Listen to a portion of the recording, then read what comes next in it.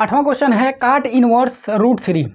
अब हमको इसका मुख्य मान निकालना है। जब इसका मुख्य मान निकालना है तो पहले इसका परिसर देखना पड़ेगा क्या होता है। तो काट इनवर्स एक्स का जो परिसर है 0 से पाई होता है, यानी कि अगर इसका मान 0 से पाई के बीच में होगा तो वही मान इसका मुख्य मान कहलाएगा।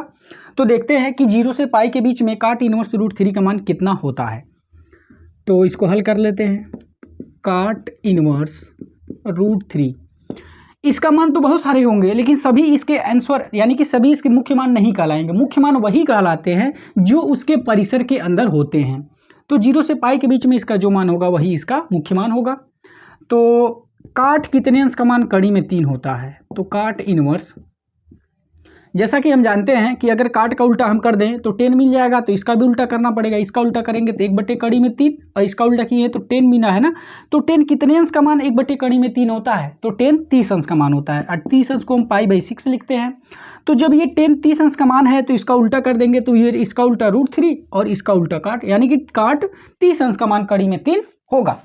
तो हम इसको अच्छे से लिख देते हैं यहाँ पे, काट π/6 को ही 30 अंश बोलते हैं।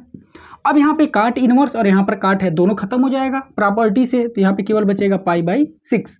तो कौन से वाले प्रॉपर्टी से हुआ है, तो हम जानते हैं कि काट इनवर्स कॉट थीटा हो तो दोनों खत्म हो जाता है, तो केवल बचता है थीटा। इसी वाले प्रॉपर्टी से ये खत्म हो गया तो केवल बचा π/6। अब ये जो π/6 है ये देखिए इस रेंज में आ रहा है कि नहीं आ रहा है, बिल्कुल आ रहा है। तो जब इस रेंज में आ रहा है तो हम बोलेंगे कि यह π/6 इसका मुख्य मान होगा। तो इसी चीज़ को हम लिख देते हैं, अतः काट इनवर्स रूट 3 का मुख्य मान। अब इसका मुख्य मान पता चल गया, कितना आ गया, तो π/6। क्यों π/6 है, क्योंकि 0 से पाई के बीच में π/6 आता है, तो इसलिए ये इसका मुख्य मान कहला जाएगा।